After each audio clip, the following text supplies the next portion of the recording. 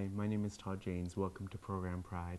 Spinster Girl isn't with us today, but sitting in for Spinster Girl is Dan Stern. We have an exciting lineup for you today, and Todd James will tell you about it. Thanks, Dan. Well, today on the show, we have Anne Clarke from Just People, Equal Rights Society. As well, we have Shawn Martin from the Dock and Raider strip, and an interview you did at the Alberta Summit.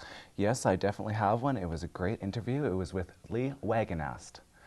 And I think... And also, we have all of these upcoming Pride events in your local area, so make sure to run and grab a pen, or a pencil, or a crayon, or put your VCR on record, because they go really fast. Right. So I'd like to welcome Anne Clarke to Program Pride. Welcome. Thank you. And you're with Just People, Equal Rights Society. Yes. In the past, we've had Lee on the program.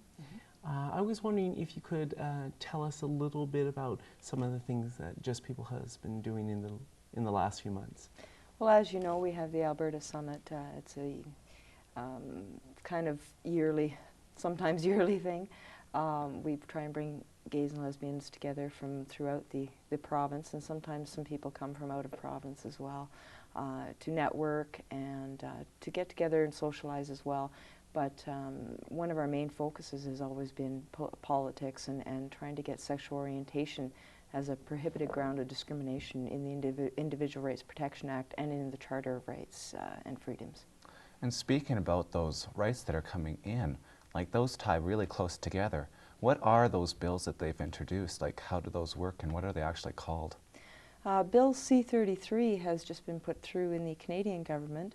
It's a step forward for us, but it only basically covers government workers and services. So it's not anything that fully covers all Canadians or all Albertans. Bill C-24 does even less. It basically has not put sexual orientation in the Individual Rights Protection Act.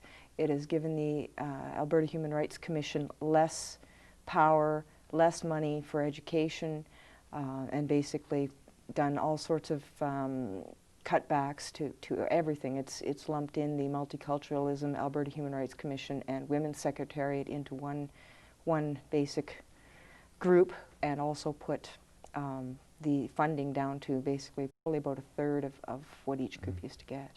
And C-24 is provincial, right? C-24 is provincial. Basically, they've done cutbacks on everything. Yeah. They have also made it so that the, I'm getting caught up in this. They basically made it so that the Alberta Human Rights Commission has to report to Gary Marr, the minister responsible for multiculturalism, almost everything. And all, yeah, almost everything. And instead of basically reporting to the legislature, which is one of the recommendations that was put forth to the government, many recommendations were put forth from the Alberta Summit a few years ago, and they were put forth to the Alberta Human Rights Commission, and the Human Rights Commission therefore gave the same recommendations and some to the Alberta government, which denied most of them. They only put a very few in that were recommended by 1,700 groups throughout Alberta, groups and individuals. And why do you think it's so important to have sexual orientation as a protected grounds for human rights? Because everyone should have basic human rights. People who are discriminated against based on sexual orientation, they can be gay, lesbian, bisexual, they can be heterosexual. I know of 2 cases just recently that I've heard of that were heterosexual. And those are really good to illustrate the point. You were telling us about one about 2 young men who were trying to rent an apartment. Yes. I was wondering if you could share that with us. These 2 gentlemen were heterosexuals, and they were trying to get an apartment because they could not afford to rent one on their own, and they were denied the apartment because they were presumed to be gay. So, and it's my understanding that the gentleman was quite overt, saying, "This is why I'm not going to rent to you." Yes. It's because you're gay, or I assume that you're gay as well. Yes. It also impacts people who are gay. Yes, very much so. Recently, we were talking before and you were telling me a little bit about some incidences of violence that were happening in Red Deer and the area. Yes, people are getting bashed all the time. There have been a couple of incidents in Red Deer just recently at two different hotels in Red Deer. And basically, it's the problem being that people are very afraid to report these, because then they have to basically go to court and say, I am gay and I was bashed because of it. They might lose their jobs, they might lose their apartments, and the only way to get rid of this problem and be able to have people report the incidents more is to put sexual orientation into the Individual Rights Protection Act as a prohibited ground of discrimination. That would make it easier for people to go in and report these crimes.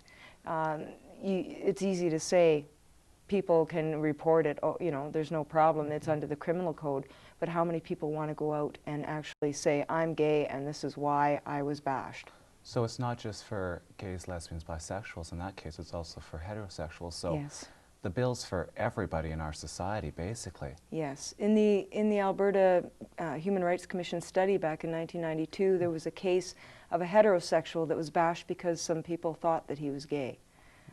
So, I mean, there are many people who are being discriminated against and being bashed, and it has to stop. And the only way to stop it is to be proactive, to get out there and to write to your MLA, call the Labour Minister if you're fired from your job, Mr. Stockwell Day, call him, write to your MLA in any part of the province, tell them that it's happening. You know, even if you know of someone, tell them it's happening. Many times they say there is no statistics on it. They need to know. They have to know to be able to come up with the statistics and to be able to say, okay, there is discrimination in Alberta. This dialogue and communication is vital, so yes. That's important. Thank you very much for joining us.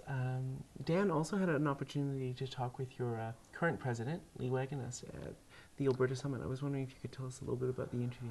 Well, it was an interview saying how the Alberta Summit was going and on some of the things that Just People were doing. It was a very interesting interview, and I believe we'll go to it right now. Welcome, Lee. You're the president of Just People and one of the main organizers for this event. How do you think it's going so far? Actually, it's going very, very well. The wine and cheese last night went incredibly well. Better than expected. We expected a large turnout, but not quite what we got. How was Sven Robinson's speech? I had to bounce in and out of it. I didn't get to hear the whole thing, but it was incredible. I had tears in my eyes. A number of people told me afterward that he brought tears and made them laugh in the same breath. It was very empowering, very powerful. I think it was very nice of him to show up and do this for us. Yeah. Last year he wanted to come, couldn't do it. When we got a hold of him this year, he rearranged schedules like you wouldn't believe to be here. He flew in yesterday, flew out this morning because he has a benefit in Ottawa tonight. So he's made a lot of special arrangements to be here. Well, I'd like to say thank you to him for showing up and giving that speech. So what do you think of the trade fair today? The trade fair is wonderful. We've got more tables than I was anticipating. We pulled 4 more in this morning, and good thing we did. There's more trade fair tables than we've ever had. We've never had the diversity of the trade fair tables. In any other years, we've never had the diversity. There's every different organization and business around. If you had to estimate how many people are here today? For just today, yeah. We've got about 110. And how many showed up for the speech last night for Sven? About 140 to 150 people. That's very impressive. Yeah, we weren't expecting quite that many. What do you think people are going to go home with? Like, what kind of reaction are they going to go home with when they leave here? I don't know what they'll go home with, but I know what it does for me. It just kind of renews the focus, renews the push. It gets everybody together and you just get revitalized. And Sven's speech last night, I think, did that for everyone. We could have dropped the rest of it if that was what we were after. We got that from him. But it just keeps going now. And we're making new contacts and new people. It just, the spirit of to keep pushing and keep fighting. It's an uphill battle. And sometimes that hill is very steep. These things just energize us to do that. and I think you did a very impressive job. There are a lot of different people here. Do you need help? How was it organizing everything? Did you have enough help? Yeah, we've had actually the help come out of the woodwork, really. We've had a lot of people volunteer right off the cuff that haven't helped before, have had very little to do, and it's been wonderful. If you want people to volunteer, do you have a number that they can get a hold to volunteer? They can call my number, which is the Just People contact. Okay, what's that number? 347-7417. I'd like to thank you very much, and I really appreciate this trade fair. Thank you and have a good day. Thank you. And we're back. And if you missed the Alberta Summit this year, please look forward to it again next year. And in this section, we're going to look at our coming events. And we should be seeing those on the screen very soon. Grab a pen, a pencil, or a VCR.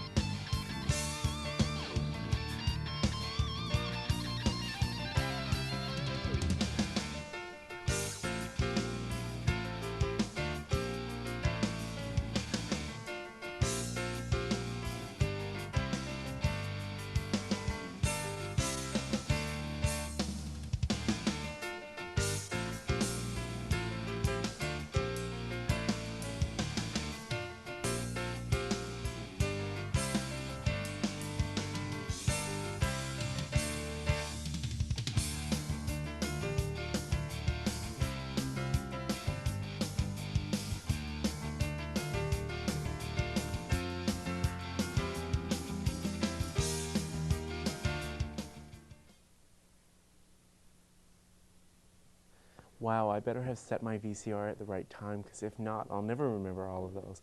Hopefully you caught those. If not, please remember we will be shown again. You should all know that Program Pride is put together by volunteers completely, and if you're interested in volunteering, please look for the number at the end of the show. I'd like to welcome to Program Pride someone that probably a lot of people will know his work, maybe not necessarily his name. I'd like to welcome, well, maybe not. I'd say the same thing to Charles Schultz. You probably would. Yes. I would. Yes. And he'd probably be just as offended, so I'm terribly sorry. Oh, really? No, offense is not taken at all, so don't even sweat it. Okay. Well, welcome to Program Pride, Shawn Martin. How about think that? for a moment, didn't you? You're not related to Dean Martin, are you? No. No, okay. No. So for those of you like me who may not recognize the name right off the bat, Shawn Martin is the creator and force behind Doc and Raider. And now everyone's going to be saying, what? What the heck is that? It sounded good, though. It did, yes. So you've been doing this for a few years. It's now going into its 9th year. Excellent. How did it start? Like, you were always just doodling on napkins and cereal boxes? Well, or? kind of, yeah. Yeah, I was told at a very early age that there's no way that you can make a living as an artist, and unfortunately I bought into that, and now I get to prove my family completely wrong, but we won't go into that story right now. The cartoon actually started with just a single panel thing about these two guys who are roommates. Roommates? Roommates. They were roommates initially. They've yes. been roommates, and they've been living together for 15 years? Well, they started as roommates. Okay. It took time. It took time. Well, I mean, what can I tell you? You know, they were Tell me just the story buddies. about Doc and Raider. Well, okay, little personal history here. Doc and Raider is indeed based upon a relationship that I had with a man named Steve Gentile, who died in 1983. Are you Doc or Raider? Or are you both? Back in the early days of the panel, I was definitely Raider, he was definitely Doc. Things changed though? Well, about 3 years into it, they suddenly became their own characters. And that was a nice change. It worked really well. Now, God only knows who these people are. I'm still figuring it out. But you know who you are. Well, I hope so. That's the important Yeah, I thing. think so, Hello, yes. hello. So you're syndicated in quite a lot of your magazines and dailies and newspapers. 54 papers right now around the world. Wow. Yeah. So that's Canada, the United States. I also saw Edinburgh, Scotland. Yeah, it's real strong in Europe. Europeans seem to love this thing. They eat it And up. Actually, they do. It's really kind of weird. When it started in Gay Scotland, they even had this little blurb on the cover and said, "You know, Doc and Raider, come to Scotland." It's like, well, Jesus, guys, So get real. have Doc and Raider ever been in kilts yet? Or No, we don't go in that No, direction. no. No. leather kilts? No, Oh, okay, no. okay. Come on, you've seen those things. The leather kilts? scary. Actually, no. So, if there's someone out there who's watching, Yes. who has never heard of Doc and Raider, could you give us a little bit of a background to what this strip is about? There are two men Two men. in their late 30s. Am I being well, nice? actually, late 30s. One of them is officially 40. Oh, Um, okay. Not that that's a bad thing. No, it's not a bad thing. Okay. We are not ageist on this show. And they're both homosexuals. God, I hope Gay so. men, faggots, or something like that. Well, they're definitely gay men. Okay. They have been together as lovers now for 8 years. About a year into the panel, it sort of made the change from just simply roommates to... Mom, Dad, we're no longer roommates. Yep. What can I tell you? So and they're it's usually just one panel. Usually, Yeah. yeah. So how long does it take you to produce a panel? It depends upon the panel. Let me tell you, some of these things just do not want to come out right. I have panels that are still sitting there because they're not, you know, Just the not line's right? not there, the illustration's still pretty wonky. And it's also starting to make the change from just a single panel to multi-panel kinds of Like a strip. stories and strips and things like that. We're doing a lot of issue-oriented stuff now with Toronto's Extra, and getting some very interesting feedback on that one. Well, that's always good too. I mean, how would you differentiate, say, Doc and Raider from other comic strips, like maybe Dykes to Watch Out For or something like that? Do you think they're It's- similar in any ways? Or? Well, it's probably closest in feeling to Dykes, except that because it's distributed internationally, I try to stay away from political stuff because that kind of humor just doesn't go over. I mean, it doesn't You mean translate well. political stuff focused on, say, Canadian politics, right. as opposed to politics of inclusion. Yeah, if I made a funny cartoon about Grant Hill, then no one outside of Canada would really understand it. Who's so Grant Hill? Yeah, right. But yeah, I mean, it's very domestic. It's a lot of the humor is culturally oriented. We do talk about Garth Brooks a lot, and we talk about Tom Selleck a lot, and we're now getting Is into he a big Martha's. gay icon? Used to be. Okay. From gentlemen of my generation, let me tell you, you little whippersnapper. And we're getting into Martha Stewart a lot. She's a lot of fun to play with. I know. Oh gosh, Yeah. she's a hoot. I want to interview Martha Stewart, but I want her to like cook something. I just love the way she says, you know, toss the lettuce. And she's so forceful. Anyway, that's another day. That's another day. So, a little bit about the strip. You said you're starting to deal with more issues. Yeah. About 3 years ago? 3 years ago, Doc became HIV positive. Okay. And of course, that has colored the look of the strip a lot in terms of storylines that we're pursuing. Just this last spring, we did a multi-panel thing in Extra in Toronto that dealt with the guy's really looking at what it means to be in a relationship like this, because Raider is still negative. It got Living with HIV as a Yeah. couple. It got real intense and real ugly, and the reader feedback was amazing. I was accused of promoting domestic violence. I was accused of making domestic violence sexy. That was a really cool little letter. I'm sending that one. I have no idea what that means, but I was told that I was promoting unsafe sex. And I mean, it's just, the list goes on and on and on. And yet at the same time, you get letters back over the internet from people who are saying, thank God people, responded to this. This was really great. So do you think it's changing from being just a comic strip that was a one-liner, kind of funny about, I remember a lot of them about cats. I'm kind of going, God, this man must be a cat owner. Definitely, definitely. Yeah, we are going to be getting into more issue kind of stuff.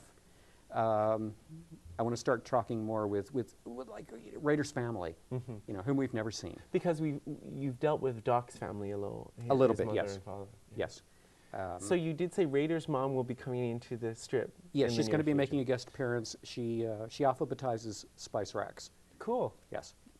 And turns all the labels of the cans. Yes, yes, yes. So that'll be interesting to see a little bit of interplay too. Yes. We were talking before, and you were telling me a little bit about.